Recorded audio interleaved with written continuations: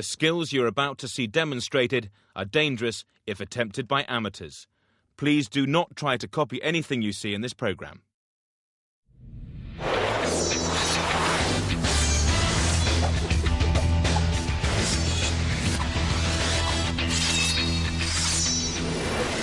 In this episode, from possession by kung fu spirits to martial mind control, Chris Crudelli gets in the supernatural firing line of the most dangerous martial artists alive today. Expert in full-on combat and harnessing mystical energies, Crudelli takes us on an extraordinary trip inside the secrets of the masters. Martial artists manipulate the energies of the body to enhance their scrapping skills. But what will art lovers on London's South Bank make of chi? I know it's a bit windy, but see if you can feel this.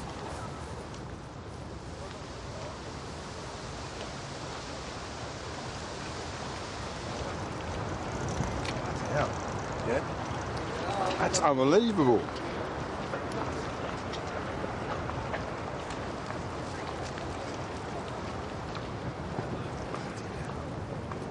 It's unbelievable, seriously.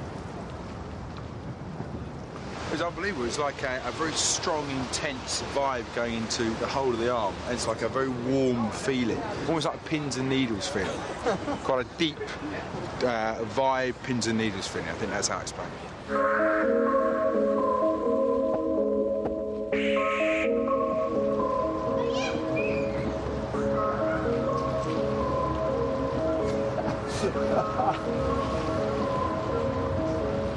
It's felt a subtle force pushing me back and forth, like an invisible string from my chest, basically.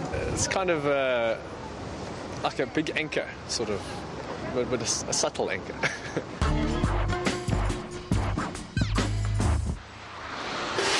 In Taiwan, you may occasionally see a troop of lads like these getting into a right state during temple festivals. They're allowing spirits to come into their body and they're going to act very oddly. In all the time I've been in the Far East, I've only ever seen this once. It's a spiritual possession. Bad Zhazhang is a cleansing ritual that involves the boys being possessed by powerful warrior spirits who scare off unwanted demons with their home section and aggressive demeanour. They give the place a psychic steam clean.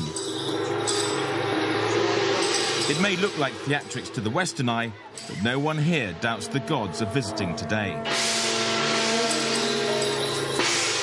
But events at this temple just scratch the surface of the powerful and dangerous cross-currents that exist between the living and the dead.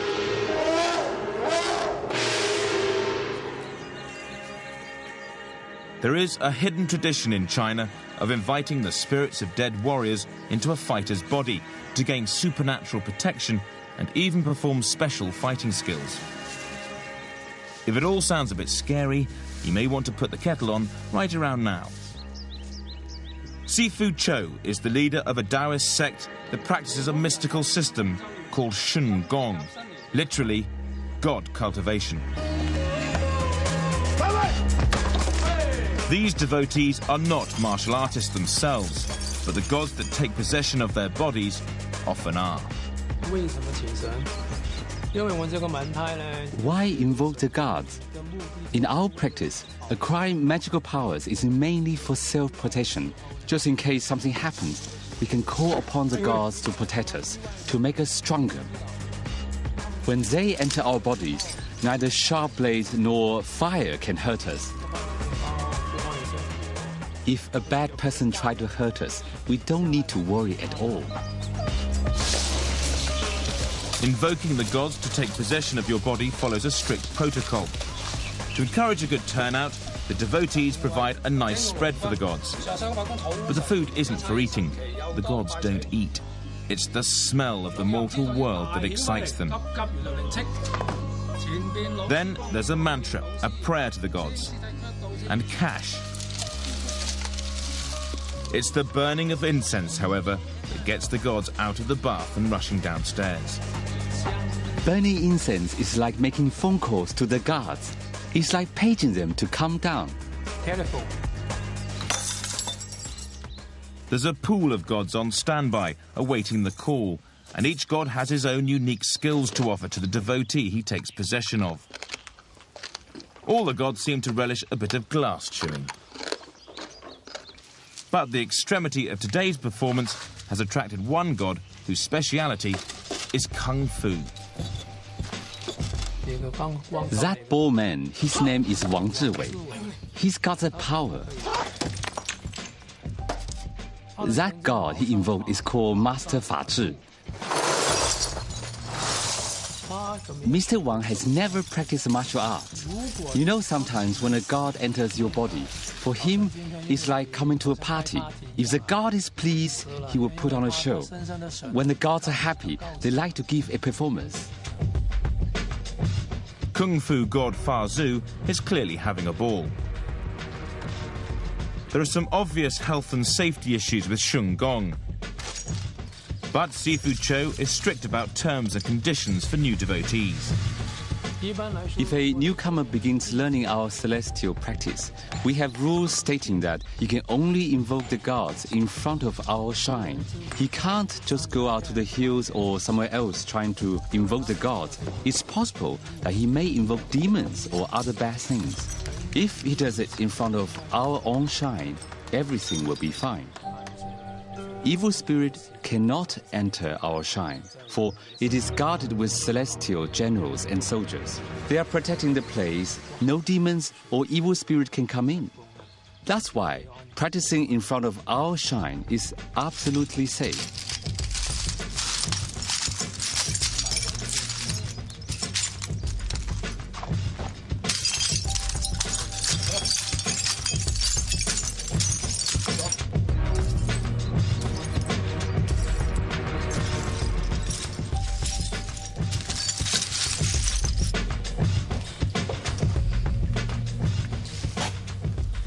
These kinds of stunts are more famously performed by martial artists using Qigong, a method of manipulating the energy of the universe. Qigong is also pretty inexplicable, but at least it doesn't involve the undead. Sifu Cho, however, has no truck with Qi. What we practice is not Qigong. To master Qigong, a person needs to toil and train a very long time. We don't need to do all that. Normally, anyone who practices 3 days with us in front of our shrine should be able to master the powers to perform. Many people do not believe in either gods or ghosts. Our performances are proof that gods and ghosts do exist. Despite Sifu Cho's confidence, don't go repeating anything you've seen here. You'll hurt yourself.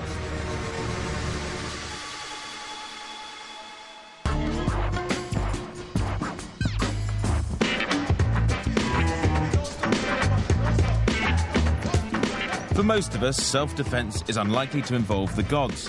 But that other way of generating superhuman power may be more achievable. Qigong.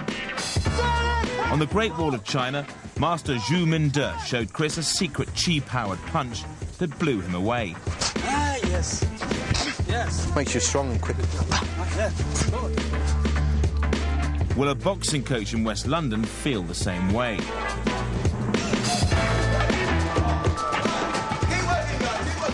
Chris put Qi power to the test. I'm out. Yeah, so we're going to swing it slowly, start off slowly, slowly. Relax it. Yeah, and then really start swinging it hard.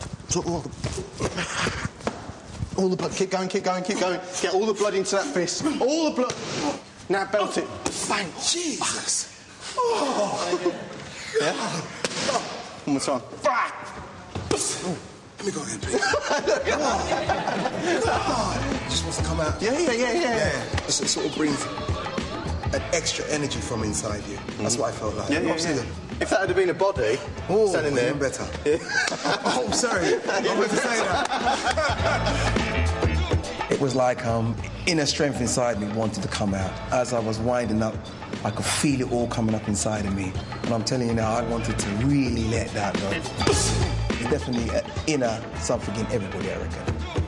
Jeez. Woo! That was good.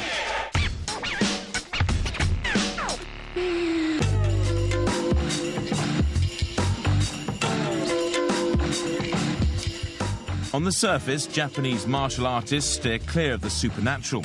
They like to stick to the rules. And it's the katas, the set forms, that underpin their martial arts. Locked into these ritualized movements are the secrets of Okinawan karate, now rarely practiced but regarded with awe in the martial arts world. This is Master Oshiro's own style of Okinawan karate. That's the old style, the hard style. So it's all about the kill. Nice kidney shot there, that hurt. All of his sparring takes place in under 10 seconds. So it's all about the real fight. There he is, he's standing there, he's got his posture, whacked him, punched him straight in the throat and then dropped him on the floor. He's pulling his punches, obviously. Otherwise these boys wouldn't last very long. This is not the sports karate you've seen on Grandstand. This is one of the oldest fighting systems in Japan. It uses ki, Japan's version of chi, to add force to its strikes. And it's so powerful that until recently, if you practiced it, you had to be licensed with the police. There's a difference between power that comes from sport and exercise and genuine power that comes from old traditional martial arts. And this guy's got it. He's got the old stuff. His thing is all about eyes first. Look at your opponent's eyes, number one. Number two, posture, yeah? Drop your breathing, lower your weight, centre yourself. And number three, kick the shite out of them. These poor guys are taking a shoeing. You've got to remember that Okinawan karate is a collection of old, effective scrapping techniques. Yeah, look at that, it's nice and simple, isn't it? He just knocks his teeth out. He's going to be eating mashed potato for the next 2 months. Sensei Oshiro has actually agreed to show me some of his secrets now, so I'm going to have a quick go.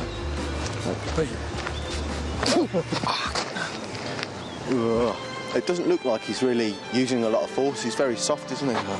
Boom. But there's this solid power that comes up out of his body, like bang. He's just using this one arm, but he's shocking the power. Power's coming straight into my body.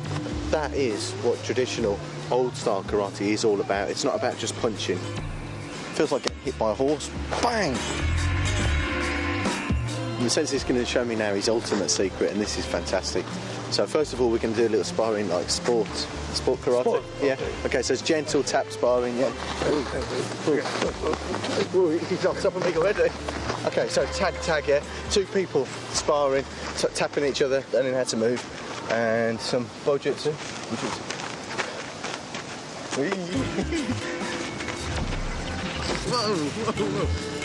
That is amazing. That is amazing. As I came in, as I moved in, my foot just automatically stopped itself. And for some reason, something he does makes me want to stop. The really old secrets of karate is they use their body as an instrument to communicate. Yeah, so he's not trying like a Spock trick, you know. But what he is doing is he's using his body it's like, and he becomes alive, and you become very alert. You're like, oh, what's going on here? I'll try it one more time. Now he's doing it, yeah, I want to back off. I'm getting a cold feeling in my chest as well.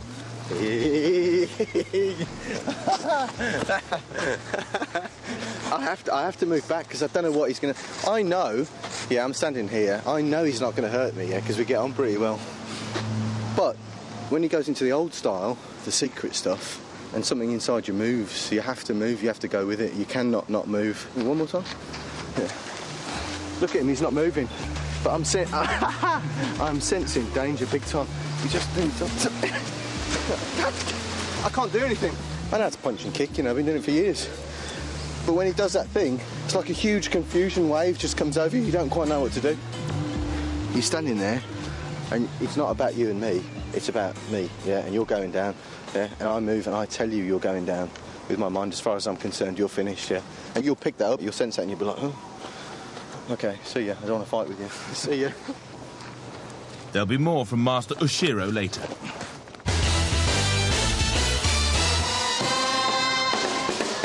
In the Philippines, the supernatural and the mundane share the same street corners. And a fighter from these tough neighbourhoods finds inspiration in something greater than just his own skill. Daniel Ferronda is an expert in Pakiti Tercia Kali, the Filipino fighting system that reveres the blade. Even as an undefeated Kali champion, he trusts his life to the supernatural powers of amulets. And at this market in Quiapo, Daniel offered some advice on how to avoid the tat and take care of your amulet. Let me take you to this stall right here. Right here. So these are the real amulets then? These are the real amulets. What would you use them for? Okay, like this one. This one is used for fighting. Whenever you pray, you have to put this in the middle of your palm and then always put this inside your pocket every time so that the amulet will work. When you buy it, it does nothing. You have to do a little cleansing with it first. You have to pray a lot, probably about 3 days before the amulet is actually be a part of you. Amulets aren't just for fighting. Almost all of human experience can be modified with one of the trinkets from these stalls. Okay, if you see this one, this is used for people who wanted to take your position. This is more like for envy. If you're a world champion, for example, somebody wants to take your title of you, they have to use this against you. But you should have your own amulet also to counter that. Okay, like for example, what I have right now here is a real stone. The only difference is this stone is from nature. This one is man-made. It is believed that the rocks that came from the mountains are the ones that are really given by God. Each time I fight in a tournament, I never lose. Not a single match. Because of that? Because of this. No one is allowed to touch this except me. Why? I bless this for over a week. I cleanse this, I pray with it, and I mean long hours of praying. If somebody else touches this, I have to cleanse it once again. If somebody else wanted to steal this from me, that's the reason why I have my second amulet with me. Somebody touches this, they lose their fingers off. Daniel wanted to show one more secret of Quiapo Market. From under the counter, the supernatural weapon that every home should have. Now this is very interesting. You know what this is? This is a crocodile penis. That's a crocodile penis. How big was the crocodile? Well, it shrunk already. All you have to do is boil this. You drink the liquid, and you'll get a hard-on for 1 week. So this is stronger than Viagra. That could hurt. Now that could hurt. Natural crocodile penis Viagra. I think. Have you ever tried it? No, and I don't want to try this. It's going to hurt and it's going to ache. I think so. Hard on for like an hour is bad enough, let alone a week. It's like being 13 again.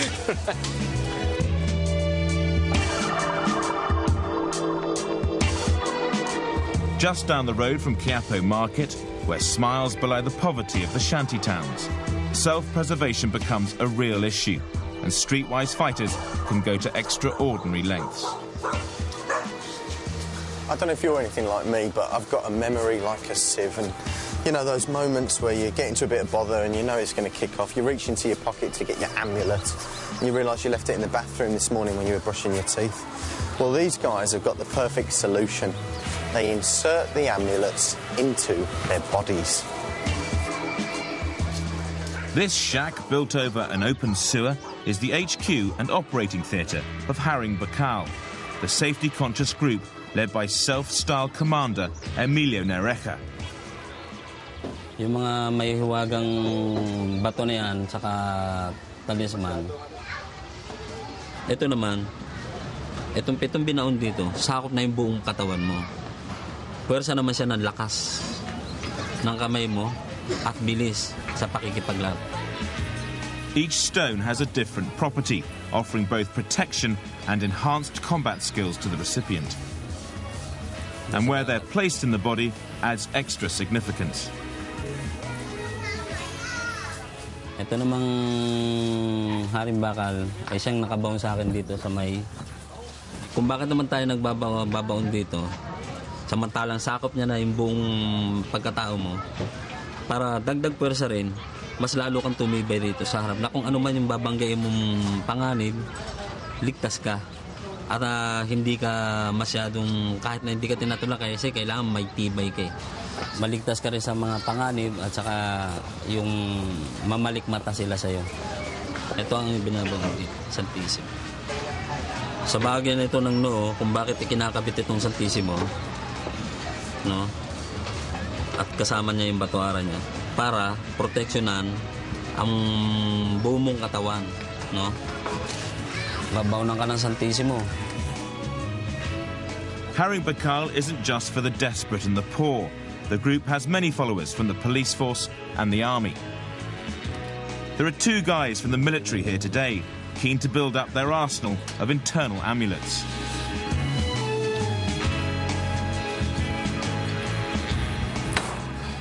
At the end of the operation, the commander shows one lucky recipient the effectiveness of his new secret amulet. Sabihin mo yung salita. Sabihin mo ulit, akram dalam perdisyon, akram dalam perdisyon.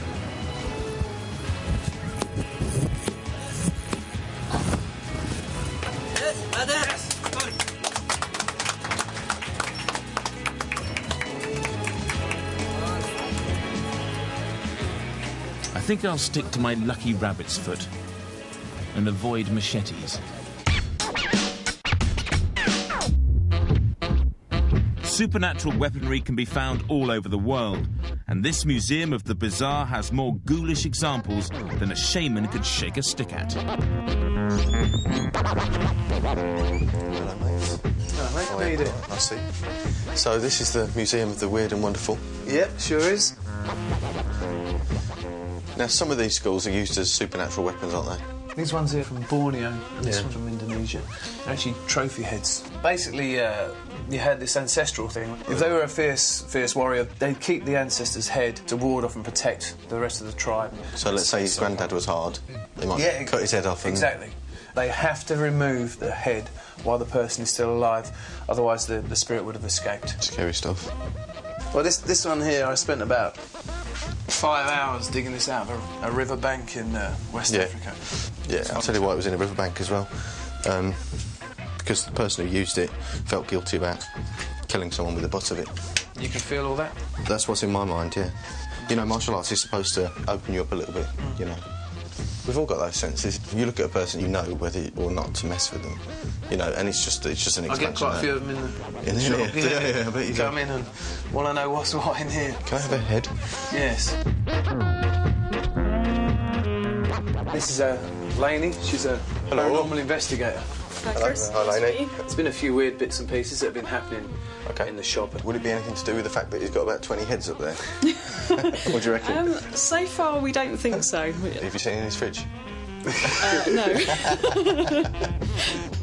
Who better to experience the mysteries of chi than a paranormal investigator? I felt a really strange sensation, like he'd actually dropped something into my hand. Yeah. Right in the middle of my palm, you can actually feel it coming down through. So I'm pouring it. That's just the energy in my body. I'm just making it manifest. For martial artists, we work on a physical level first, and then through attuning our physical bodies, we achieve some kind of spirituality. Come have a look at this. So I'm going to kick the apple, and I'm going to push it all the way, and that's the only way to make the apple slice. Okay, so I've got to be that accurate that I kick the blade, pull out without. If I go an inch too far, I get the toes. You get the toes, mate. Yeah. Nice one. Okay, it's a deal.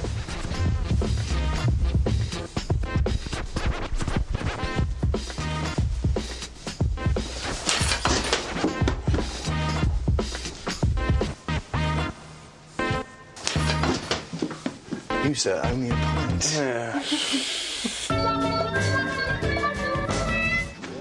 If any martial art could be said to transcend the merely physical, Okinawan karate would be it.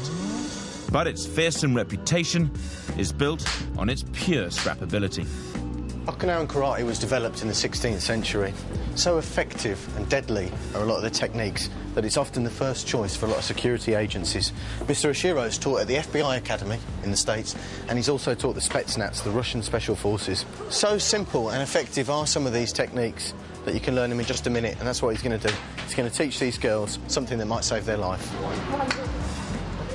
They all look petrified, and they are. I don't blame them. But in a couple of minutes, they're going to become warriors. Okay. Hey. Okay. Yeah. So it's explaining the points to strike and how to do it, yeah? Okay, so I'll have a go. Okay. Ooh. Look at the size of me compared to her, yeah? And she just picked that straight up. Yeah, power. She's using her body's power, which isn't a lot, but she's hitting my vulnerable points. As I open my arms, my rib cage is exposed, it's open. Bang! She puts a little bit of power in there, and I want to let go. Quick, smart. Okay, so change the head position. Grab the arm. Oh, roll with it. Okay, I get it. And she's never done this before. Okay. Yeah, look at that. That's perfect. That's very good. That's brilliant, isn't it? Yeah. Bravo. Wicked. So she used her body weight against me. She turned so quickly. Yeah, she didn't give me a chance to alter my position. So again, she's got the advantage, and off she goes. Yeah. It's quick to learn. It's simple and it's effective. It's wicked. Ooh. Ooh. Ooh. That's not bad, is it? That's very good. Oh, the old pressure points. Yeah. Okay. Yeah. Okay. Let's have a try this. So that took like 5 seconds to learn. Yeah. See if it works. Whoa, whoa. Yeah, okay. Pressure points, Okinawan style. Simple and effective. They had to work in the old days, didn't they? Because it was life or death. As the girls left, equipped for a memorable night in the town, and the golf range became deserted, Master Ushiro was ready to reveal some of the deeper secrets of Okinawan karate. If you don't see me again, you'll know why. Hey. Here we go. Whoa. Perfect.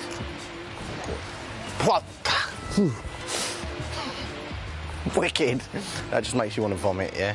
And just sort of like electric shock into your body. Right, I'm memorising all these. Come on. Oh, okay, yeah. Okay. Oh, they open up the point? Of course they do. Ah, okay, I get it. So as he moves the hand across, yeah, you move with it so you don't get hit by it. And actually what you're doing is opening up the point. And my eye follows his hand, yeah, because I imagine it's a strike, yeah. One more time! Now I've got a bit deaf now. Good. Any more? Okay, so straight strike in, and a break. Brilliant.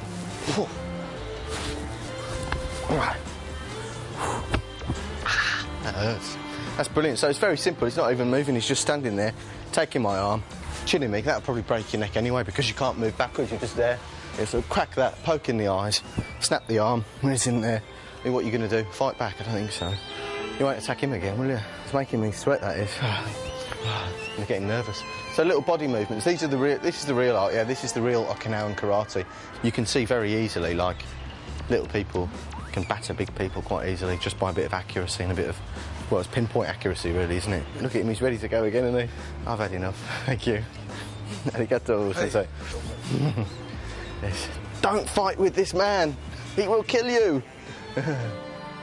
Okinawan karate is one of the seeds of Japanese martial arts, and the system has results which, if they ain't supernatural, they're at least pretty spooky. Kick-Ass Chris is back on Monday at 9 here on BBC 3, don't forget. But don't forget he's up next again tonight too.